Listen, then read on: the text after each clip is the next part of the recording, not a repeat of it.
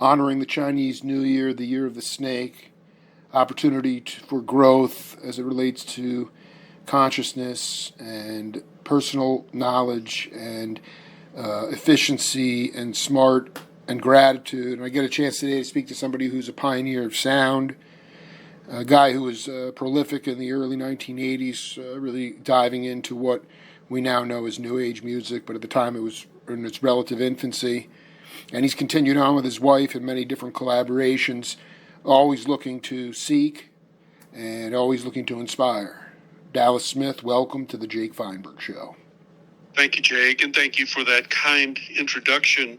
You know, I wanted to ask you, in the early to mid 70s, I mean, do you consider, were you into bands like Oregon, bands that were pioneering? Absolutely. So Absolutely. you know what I'm saying. What I'm trying to get at is that Steve Roach lives down in Tucson, and he's a dear friend of mine. And he was basically one of the first guys to get written up in a local rag in Los Angeles in the late 70s, 79, doing, this beautiful music that didn't have a name yet. And I just wanted to know, prior to that, what was a precursor inspiration for you? Well, my history is that I started music at age 11 as a clarinetist, and I played classical clarinet for the first 10 years of my musical life, growing up in Columbus, Georgia, going to Florida State University, which at that time only taught classical music. There was no jazz or anything else. And then I'll be showing my age if I say in 1969 I went to Germany for a junior year abroad. Wow. And stayed in Germany, but I ended up staying out of the country 3.5 years till the Vietnam War was over. And when President Carter forgave the draft evaders, I was a draft evader, not a deserter or anything, then I came back. But during that time I was out of the country, I went overland to India, which was like a popular thing to do in those days. I went through Iran, Afghanistan, Pakistan to India, and travel was safe and very inexpensive, and lots of Westerners did that. And I discovered Indian classical music. I discovered, of course, the most famous exponent was Ravi Shankar with his partner Ala Raka, the father of the great Zakir Hussain. But then I also discovered Indian flute, the bansuri. And Wow. at that point, I was disillusioned with my Western classical training. I played in the symphony orchestra at the university and so forth, and the marching band, and got music scholarships. But this was the late 60s, late 60s, early 70s, and I was frustrated because I couldn't jam, I couldn't improvise. I just want to ask you something. I want to ask you a question. It was there was there's a cat from your generation who was there around the same time as yours, really badass player that played with guys from the Allman Brothers, Reese Winans. And he was telling me in 66, like you said, it was very stiff, man. It was only classical bag up there. So I understand your frustration. Yeah.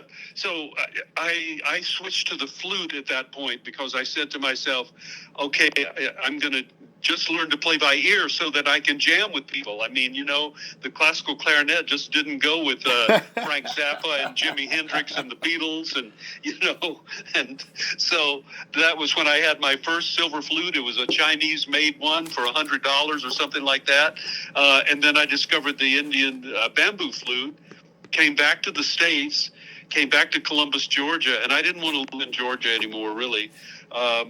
And then I went to California for the first time, discovered there was this Indian music college, Ali Akbar College of Music in San Rafael, California, Marin County. I said, I'm moving to California. And I've been on the West Coast ever since. And that point, I moved in 75, and that was when my professional music career got its boost. That was the time in the late 70s when there were some jam sessions and parties and a very open musical. It was being invented. New age music, as it were, was just being invented. It hadn't even been named yet. So that's what I was explaining to you, is that Roach is one of the godfathers, and what I'm trying to get at is the bands that you felt were doing, and first of all, it was also like, I want to be very clear, Dallas, did you do synthetic electronic wizardry work in Germany? Are you going to tell me you just sequestered yourself away, or do you get it jam with the German cats? No. I actually, to tell you the truth, I was so disillusioned. I actually quit my clarinet. I stopped playing for a year. Damn. Because I felt so out of touch. And then, people were playing guitars and jamming and, doing the folk music scene and so forth. And then, a little bit of jazz and this and that. And then I bought my first flute and started to play along. And that was how I started playing by ear and started opening my ears beyond my classical music background. I had been kind of a purist, you might say, as most classically trained musicians are.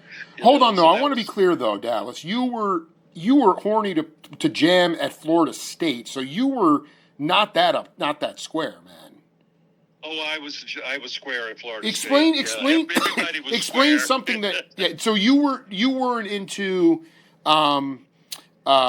I guess here's what I really wanted to talk to you about was the aesthetics of creating when that music was still in its maiden voyage. I mean, let's face it. In '81, you put out this great album with all these cats, and it was all of your albums in that early '80s period. I mean, it was new age music or ambient music, which is all the rave now, or at least that term.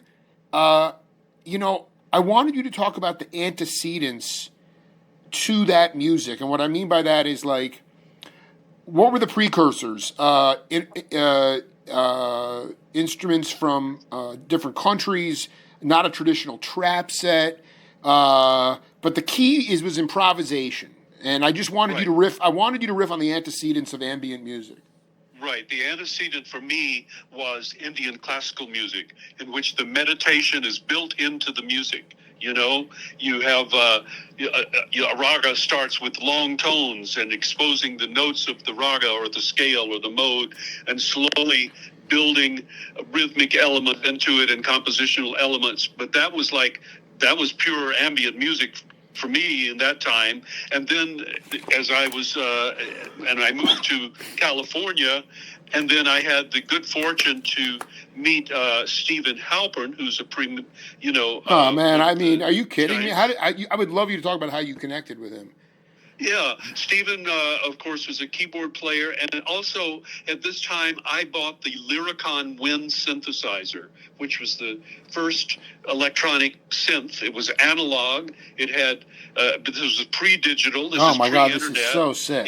It had a square wave and a sawtooth wave, two waveforms which could be modulated, and I had a custom foot pedal modulation pedal made by an electronic genius friend of mine, David Carroll of David Carroll Electronics. Give credit where credit's due. Yeah. And I was one of the few. I was one of the only people that had this instrument, which lent itself to playing with keyboards and playing ambient music. And so I actually recorded on several albums with Stephen Halpern. I'm sure that your audience must be aware of him. He was also had published a book, Tuning the Human Instrument, I believe it was called. And then I recorded with him. I played concerts with him, and then I met other people in this emerging genre of, it's not rock, it's not jazz, it's not, what is it? It's new. Oh, we'll call it new age. Okay. So I have to this is such an honor because so many things are going through my head. The point is that it's very manufactured today. Back then, you said it was analog.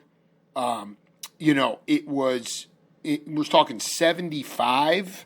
I mean, This is the engineering on keyboards, from 81 through 82. And then the synthesizers, though, I have to ask you this question immediately. Like, in San Francisco, you had, Bob City. This is even before Dallas Smith moved out there. But, you had Keystone Corner. You had a lot of jazz clubs. Ed Kelly was Yep. around. There's a lot of organ trios. Yep. Dallas, where did you acquire that? Did you have to order it online? You didn't order it online. Where did you buy that thing? Well, let me think. How did I buy that thing? There was a store called Marin Woodwinds. Oh, please break this. I need to, this is where it's at for the J. I'm such an honor, Dallas. Go ahead. Oh, okay.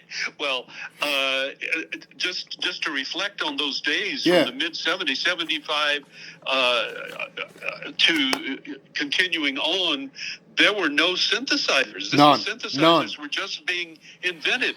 I mean, look at Woodstock. They didn't have synths at Woodstock. An organ was the closest thing to a synthesizer they had. And so this was an emerging technology, and which led to an emerging musical style. And it didn't have a name. I just was lucky enough to be at the time where the social atmosphere, the musical atmosphere was very open, experimental, and congenial, and jam sessions were common. Yes, and, yes. I mean, I jammed with Steve Miller one time at a party. I mean, I don't know who else. Norton Buffalo I played with, Michael Bloomfield. Wow. These were jam sessions, and those were blues R&B sessions. But as a Oh my emerging, God, budding this is professional musician, unbelievable, man. This is what I mean. That was really Dallas. The timing is everything in life, as you know, and it's like that was the end of the Innocence. Because you're telling me it was but prior to that, you said it was electric. Now, like Jan Hammer and Mahavishnu, they were using Moog synths. Right. And that's true. That was in this.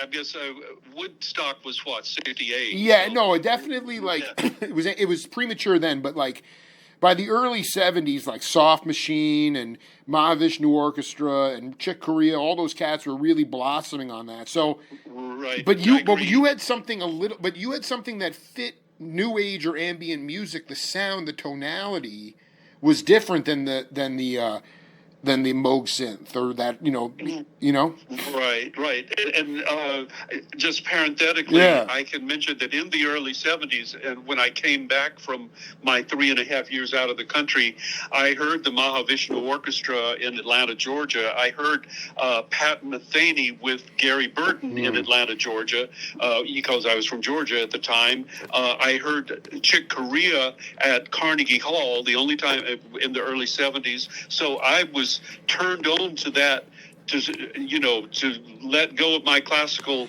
roots and to embrace everything, jazz, rock, whatever, an improvisational style. And so that was just a blooming of the musical culture at that time. And as you mentioned, they had the Moogs, and then the first sampling was the Insonic, as I recall, and Stephen Halpern had one of those. Wow. And used them on his recordings and that I did with him. And so it was an emerging technology. And for me, the Lyricon, which was the Lyricon Wind synth, was it gave me the ability to play texture, to play in a different way than I could do on my saxophone or my clarinet or my silver flute. Wow. But as a freelance musician, I took whatever gig I could take. I played all kinds of gigs, rock gigs, weddings. No, going back to everything. No, everything. I mean, were you? Did you go to the Fox Theater to see those groups, Mahavishnu? No, I saw the Fox Theater. No, it was at the Municipal Auditorium in Atlanta where I saw him. And that's the only concert I can remember where myself and the whole audience, we were standing on our chairs screaming at the Mahavishnu Orchestra. Well, that is so beyond, man.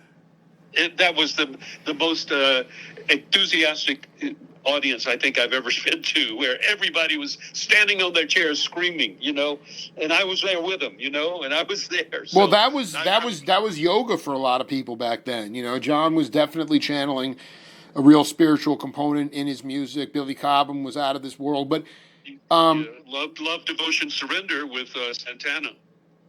It's a heavy album, man. I was just I have to ask you. Denny Zeitland is a good friend, and he was in Marin County, and he was experimenting with Mel Graves and George Marsh. Right, All I right. know George Marsh. I played with him. Okay, you played George. George is like a spirit uncle to me, man. He's a deep. Oh, how nice! Yeah. Tell him hello from me. I will. No, and it was really hard when I interviewed Denny. He had a huge rig, so it was almost it made no sense. It was hard to play live because you had to lug the whole thing over, and you weren't getting a lot of money for the gig, and if you paid a roadie, by the time you wound up, it wasn't worth it. Yeah, like moving a B3 organ or something, Yeah, I mean, at least those wound up from. This is kind of your time in Atlanta that you probably experienced this, but they consciously, especially in black neighborhoods, move those things into the church, from the church into the nightclub. So a lot of times, cats would show up at the nightclub and they'd already have something there. The keys might be broken, but they play the dog du jour.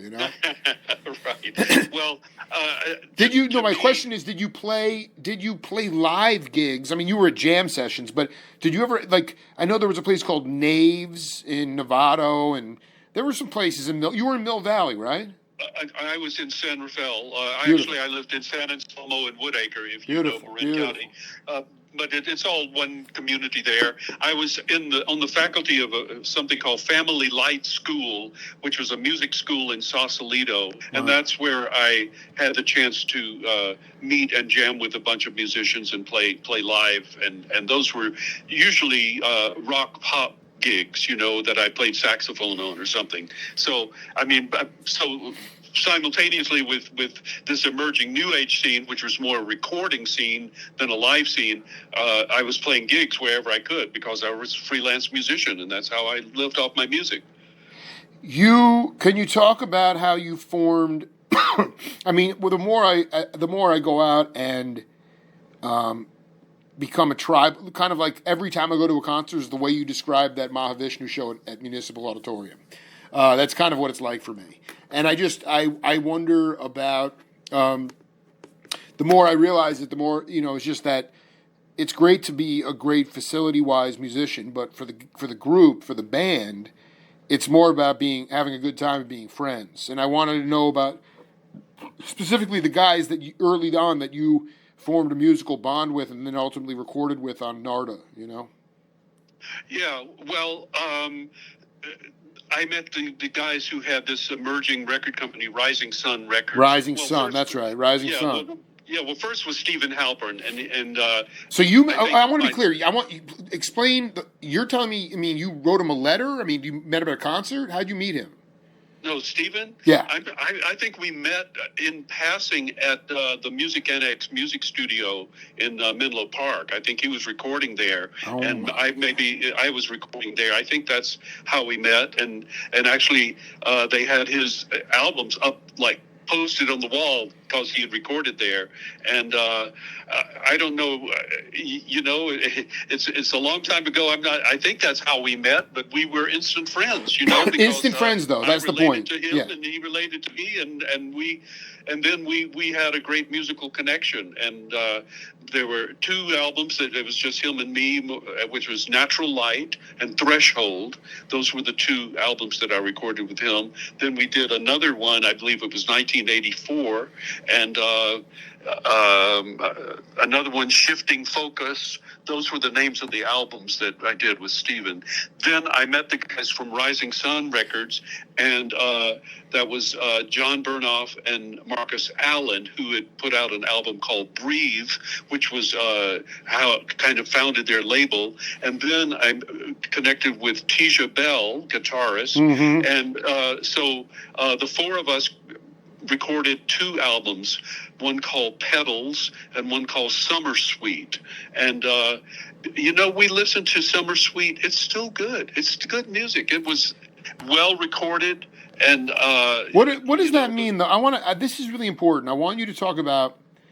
I only listen to records, so one thing that gets lost in modern recorded music is that there's an over miking of every instrument. So before you had what we would call good leakage or room sound, and that would create the spirit would get moving within the recording.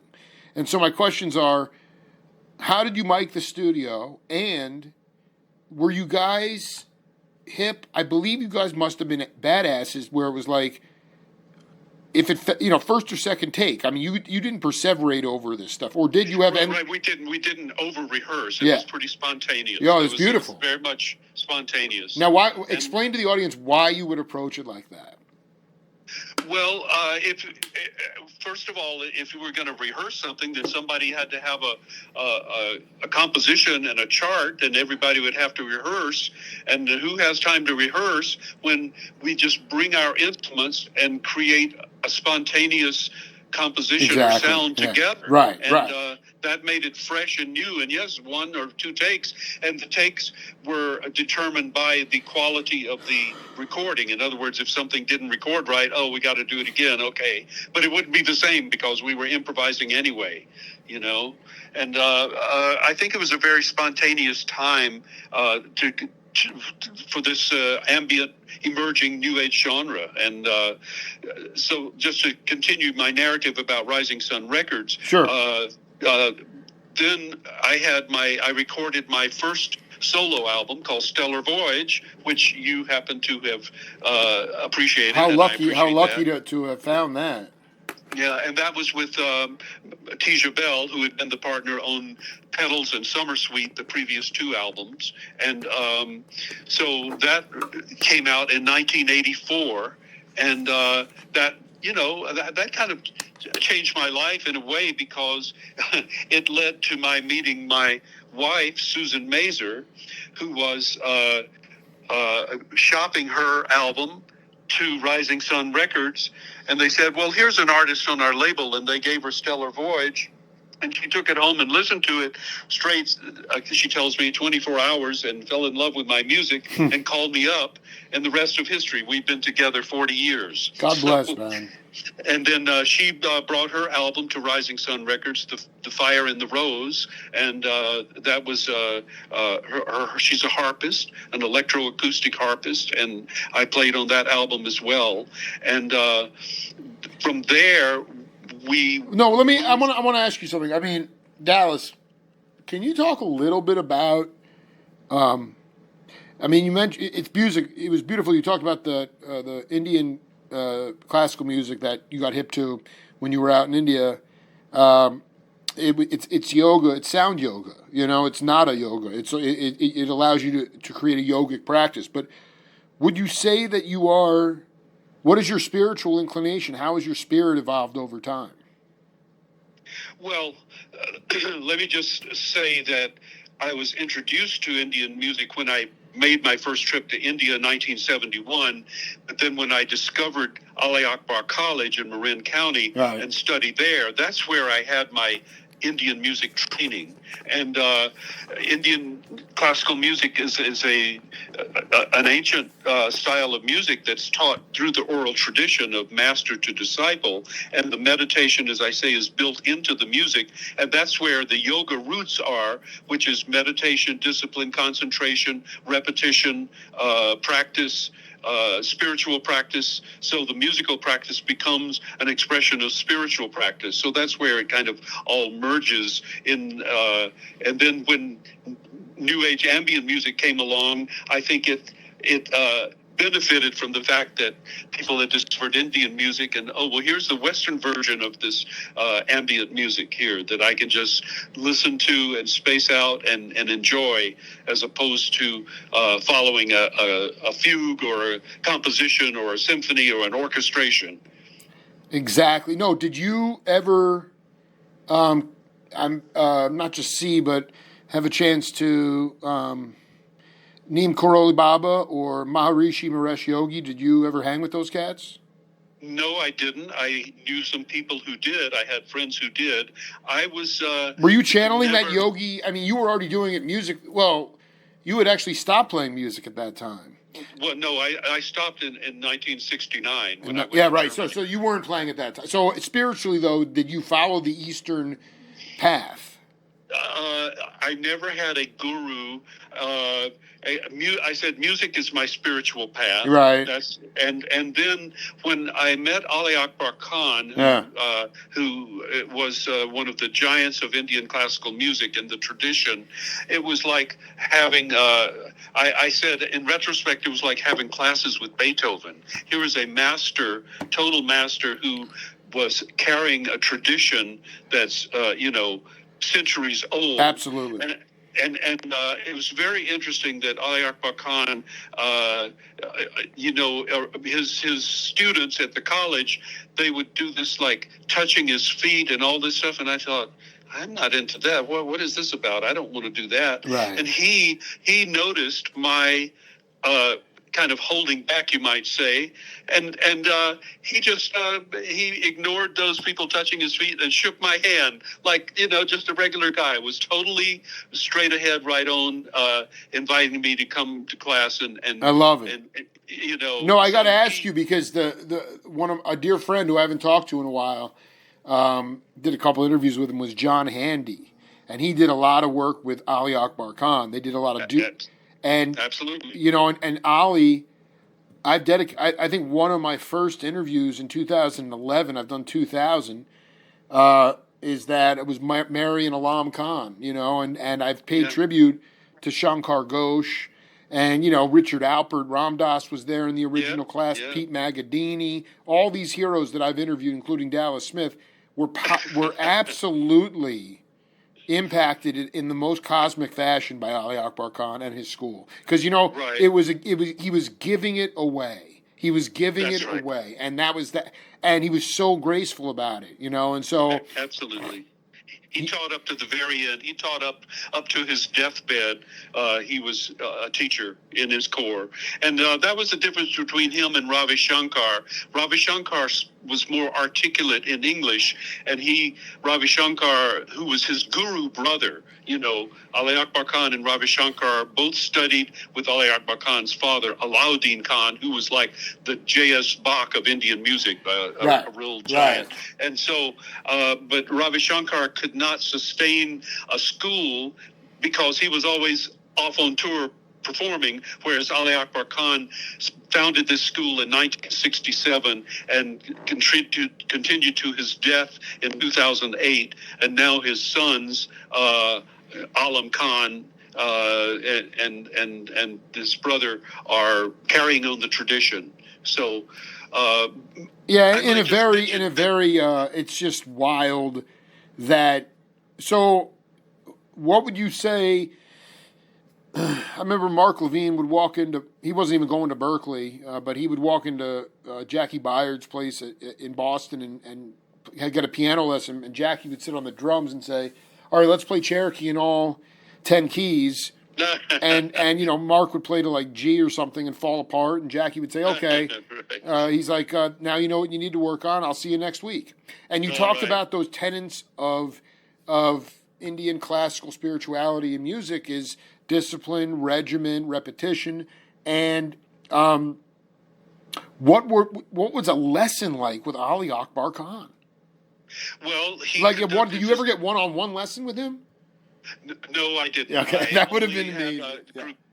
Yeah. I didn't. He gave one-on-one lessons for students who played the sarod, which was the instrument he played.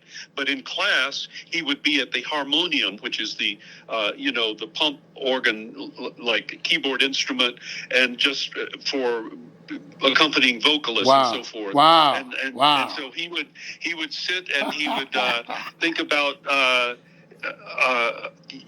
Raga shall I teach today? I feel like he came in and he had a vast repertoire, and how, according to his mood, he would teach a raga, which was first like getting the students familiar with the scale, and then he would give a simple composition, and everyone is supposed to learn it by ear and sing it back to him. Beautiful. And so this is the traditional way of teaching. But here's a story that I love to tell, which is that we students, we Western students, we're used to taking notes and writing down, and so the students would have their pads and papers and write down the variations on the raga that he would sing for everybody that we were supposed to learn. And he said, what makes you think that if you don't know it in your mind that the paper knows it? He says, the paper, you could use that note paper you're taking, you can use it for toilet paper. It would be better use than that. If you don't have it in your mind, the paper is worthless. Wow.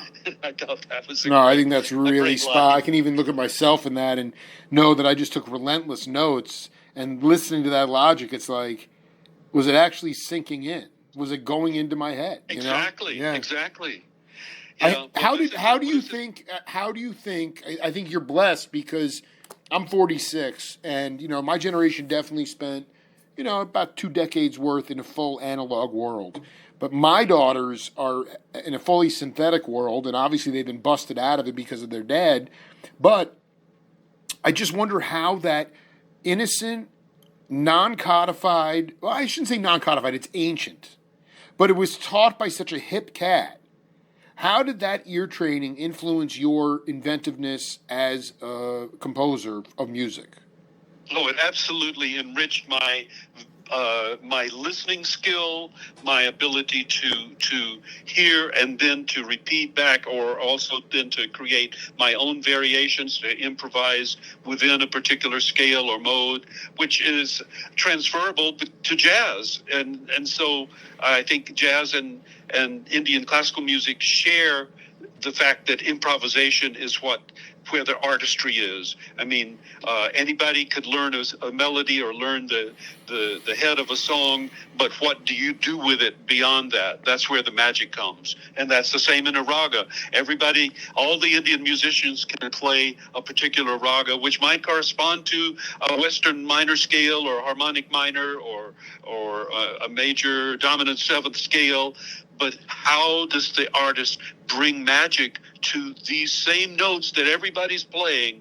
They bring it in rhythm, in melody, and in phrasing, in vibrato, and then of course their ability to improvise with a rhythmic instrument, usually the tabla. And so that Indian artistry, I think, is a direct transfer to jazz, and that's why you have, John McLaughlin and other artists who have studied Indian music. Colin Walcott, who was with Oregon. Ravi called Colin his little son. Yeah. He would drive him to the airport a lot. No, wasn't Zakir at Ali Akbar Khan School when you were there? Absolutely. Yeah. I met Zakir in 1975 when I moved there and had rhythm class with him. He taught the rhythm class. And no, because you know who I'm really close. I got it. This is so. How did you must have known Ray Spiegel, Vince Delgado, Jim Lovelace, all those cats. Yeah, I was in band with Ray Spiegel and Jim Lovelace. I mean, I've interviewed all these. I mean, these are dear friends of mine. Yeah, Vive, and then Wow. So we had, and with Jeffrey Lipner on bass, and we had different drummers and percussionists. But and Zakir. And I was in a band with Ashish Khan, Ali Akbar Khan's son, Ashish, called the Third Eye Band. Whoa! Stop right there. Okay, this is me. I need to know about this band because I visited Ashish at Cal Arts, and I'll send you that interview. I know he just recently passed, as did Zakir. So the floor is yours. Tell me about. He was playing Sarod. He played Sarod like his father. Yeah, yes. Yeah. I think, Ashish was a dear friend of mine. Wow, that's so beautiful, Dallas. That's why we connected, man. Well, you've dropped a lot of names that I respect and yeah, man. Well, I mean, you mentioned John Handy, Mark Levine. I've listened to their music. I heard John Handy with Ali Akbar Khan. I knew you did. See, I knew that was telepathic. When you said that, I'm like, he saw those two in a park somewhere. Or what did they play in a trio? Did they have a percussionist too? I think Zakir probably played with them. Yeah, maybe. I feel like anyway, the recordings, who knows, but that is the Tal Wagner Rhythm Band. Yeah. That was known as the Digga Rhythm Band. Spiegel. I mean, Spiegel is. I'm freaking out right now. Like these guys. Did you go out to Nevada to Mickey's Barn ever? No, I never did. I met Mickey. I was never part of the Digger Rhythm Band. Right. But Tor Dietrichson was a friend of mine. He's in I Seattle love now. no Tor's. I've hung with Tor. Yeah, I've hung with all the cats, man. Okay, well, we're in a common circle of people here that it was a rich time, and I just want to just mention for your listeners that what has emerged from all this is what we now call world music. Really? So, really? Yeah. I think that this is what, and that's, I consider myself, okay, I can play jazz, I can play Indian classical, I can play rock and roll if I have to, I can play tenor sax, but I am a world music musician. I am a world musician. I want to be clear, though. Hold on. Myself. You're talking about when you were at Ali Akbar Khan School. No, not. I mean, you I didn't know who I was then. I was just okay. So you believe that, but you're talking about the music you've created as a leader. No, I'm talking about the music world in general. That what has come down from those roots, right? Is exactly. And so those roots are what we've been talking about. The roots. I'm just so privileged that I was exactly, and that environment at that time to witness those roots and to meet those people. That's what established my career. That's what allowed me to feel confident and to perform in public and to compose and to create my own compositions and my own albums. That was the inspiration for me for the rest of my career.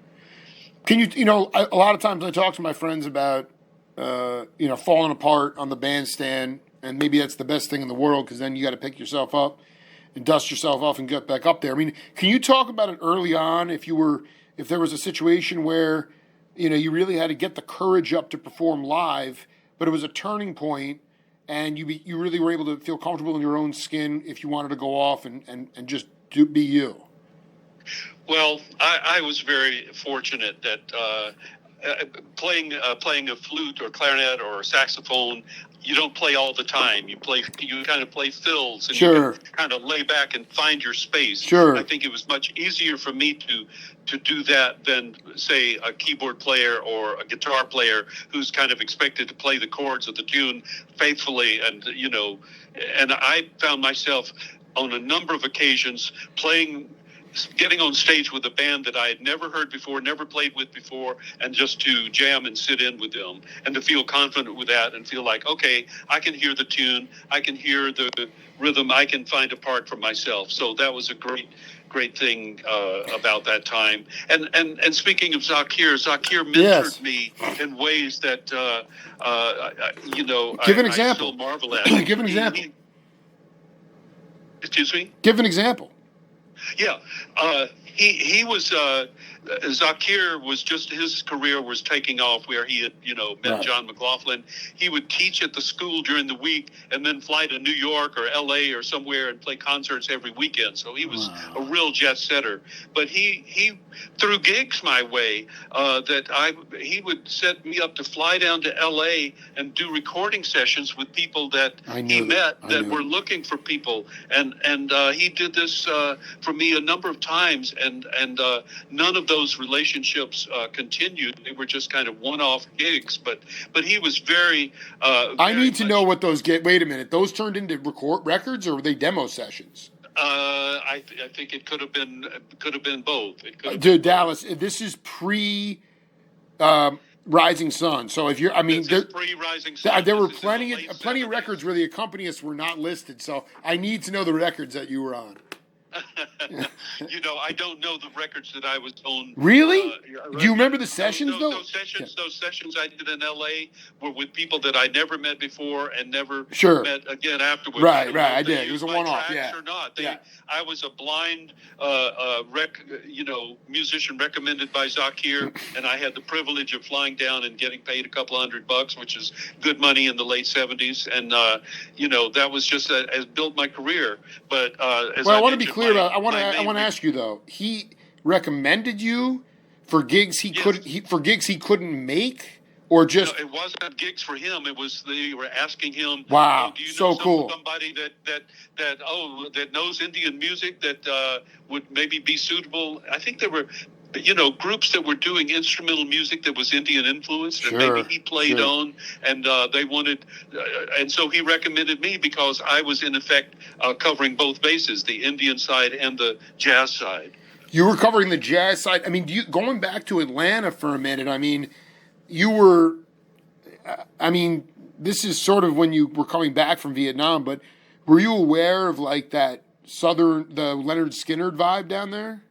Well, the Leonard Skinner, but the Allman Brothers were, of course, the biggest. Well, no, thing. and Reese Winans wound up. He went to. It's crazy. He went to Florida State in '66, and he was playing with Barry Oakley and before the Allmans and Dickie Betts and those cats. And Dickie Betts. Yeah. Well, that's interesting. I was at Florida State in '66. Wow, so same year, dude. Yeah, same year, but I don't remember meeting him. But I was purely classical in those days. No, dude, you had no other choice then, he said. That's right. I had no other choice. Yeah. I was a purist. Blinders on. So the Allmans were huge, yes. Yeah, the Allmans were huge, and Jessica, that piece of Dickie Betts, I really liked. Do you remember hearing the first time? Because, the beautiful thing about Dallas Smith is when your career really started to percolate was just the beginning of the consolidation of berserko capitalism, all the mergers of record companies. But do you remember the first time you heard one of your tunes on a hard wire radio? Well, I think that I don't know that Petals or Summer Sweet or Stellar Voyage or The Fire and the Rose, those are the Rising Sun records. I don't think that they necessarily got much airplay because there weren't that many stations playing. That's what I'm asking about. So, like, what was the idea? The idea is that Taya Bell and you guys would go into the studio, and then there was no tour, there was no radio play. So, and I know it wasn't a vanity project because you guys were hunting for new sonic expansion. That's right. We were in uncharted territory. Put it out there.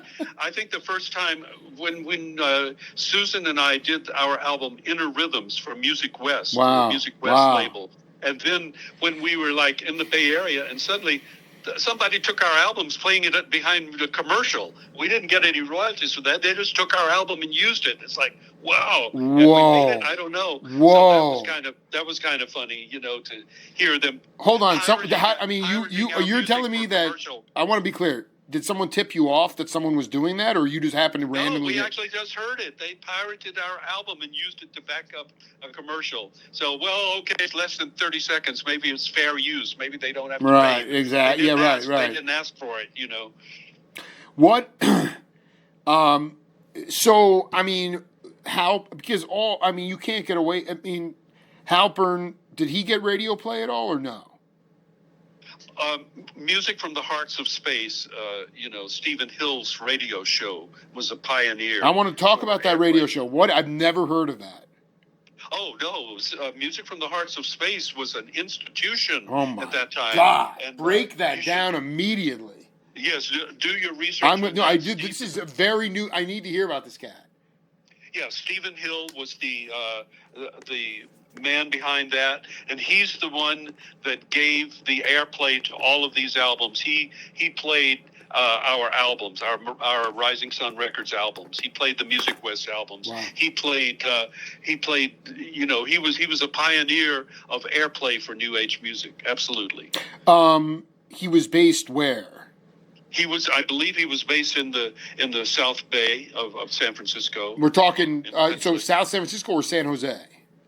No, not San Jose, but maybe Menlo Park or Palo Alto or somewhere like that. And so from because the early collaborations you did with Halpern were prior to you making any records as a leader.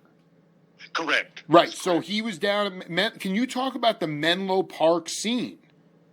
Well, the music. I mean, I wrote a whole book on the Merry Pranksters and Ken Kesey and all those, and that preceded that. But it's so cathartic to know that there was like a recording. Well, I mean, there were studios, but was there actually an ambient new age bag down there?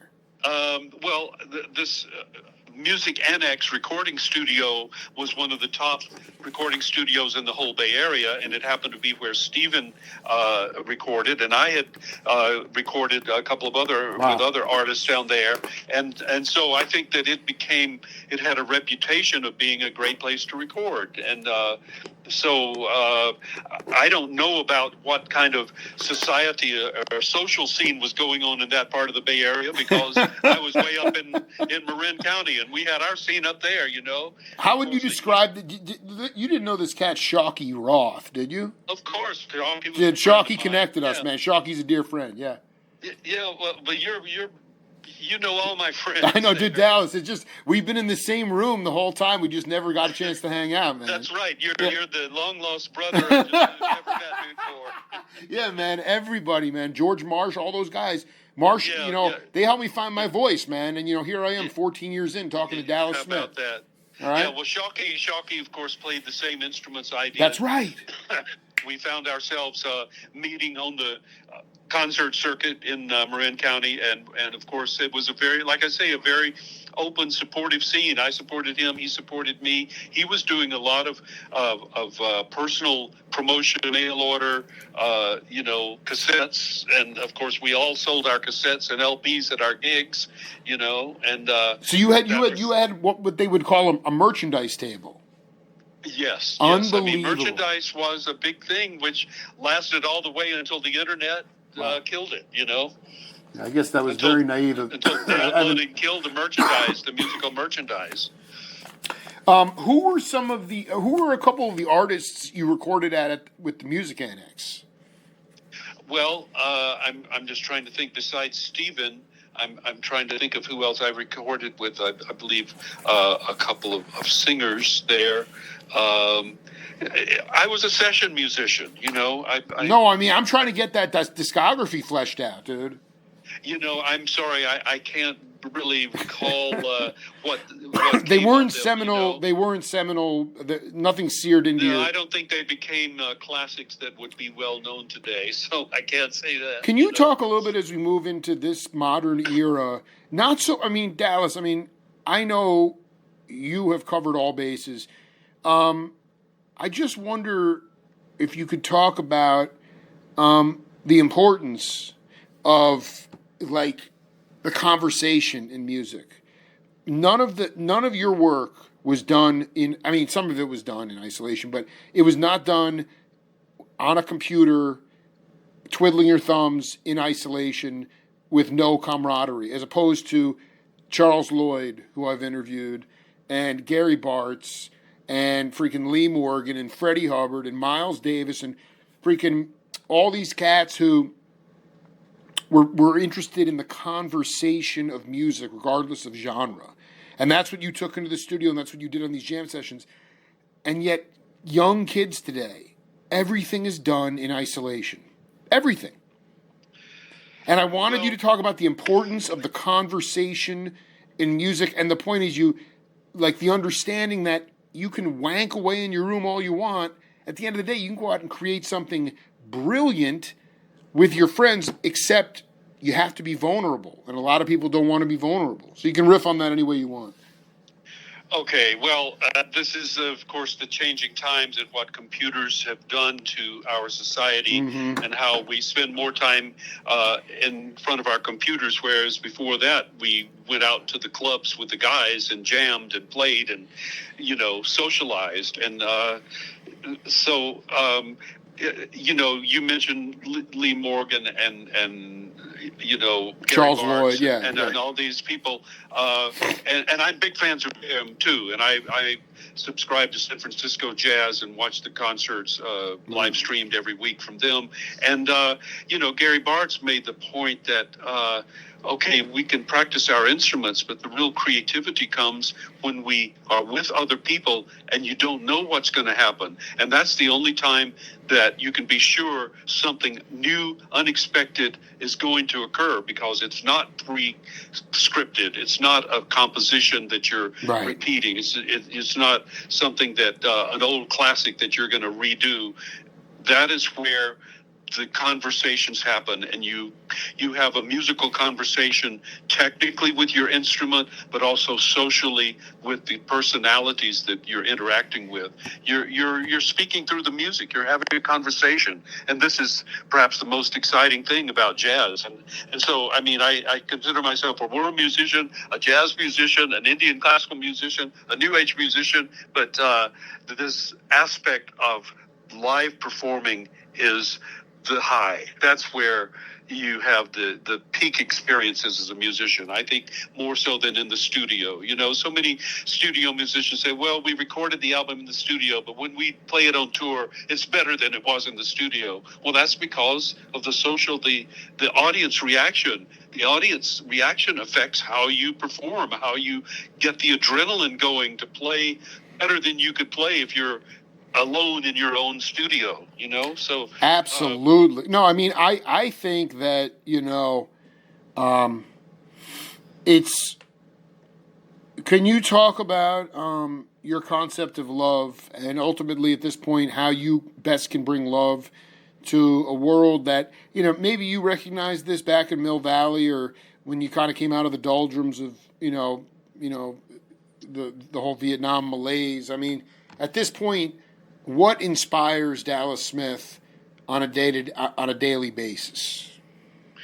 Well, you know, we live in a culture where we have access to the greatest musicians' recordings in the world, from around the world, of every nationality, of every genre, of you know, the old masters to the new masters, and so we have the richest available resources of anybody in history. You know, now's the time that you can really sample everything. But then what are you going to do with it? You can't just do it in your own backroom studio and you're not affecting the world. You're not changing the world. You got to find your inspiration from the masters that are there and what they've created and try to take that and communicate. And what do you want to communicate?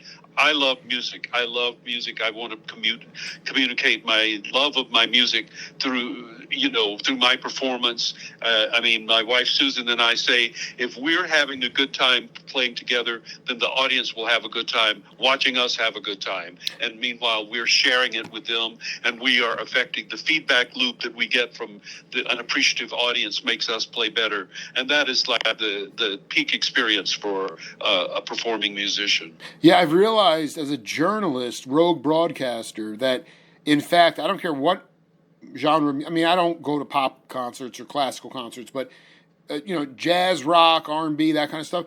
I don't let the musicians be in their thinking mind for 1 minute.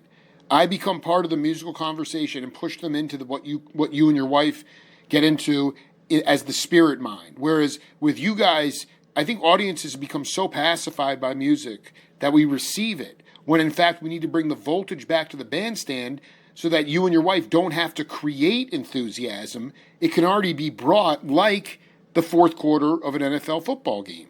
That kind of fanaticism.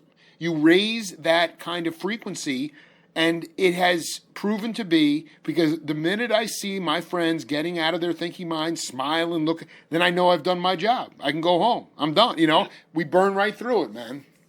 Yeah, well, that's where the great jazz clubs of the world nurture the types of performances that can be recorded live and then become classic performances. That's right. Because the atmosphere is there, and it's very hard to make that in the studio. The studio can be polished. It can be, well crafted. But when you take that to a live audience, and then this extra emotional level is infused into the performance, and it's a shared experience with the audience. The audience shares the joy that the musicians have, and that's why we love being musicians. Those peak moments are just what we live for. One more thing before I let you go, Dallas. Did you ever cross paths? He's another dear friend. I know you must have known about Different Fur, Dr. Patrick Gleason. I never crossed paths with him. I know of. He's a dear friend of mine. I kind of figured, and you never recorded or did any work at Different Fur. I did not. Yes. I did not. Did you go to Oakland at all to see any, like, Tower of Power was kind of already pretty blown up in the 70s, but were you going over to jazz clubs like Don Barksdale had he had a jazz club in Oakland? Well, it's very interesting. When I first moved to the Bay Area, I had a Keystone Club. That is Keystone so Club Todd car. Barkin, dude, my hero. Yeah. Dude, you need to. I mean, dude, that dude is still doing it at the Keystone Corner in Baltimore. Oh, that's wonderful. Yeah.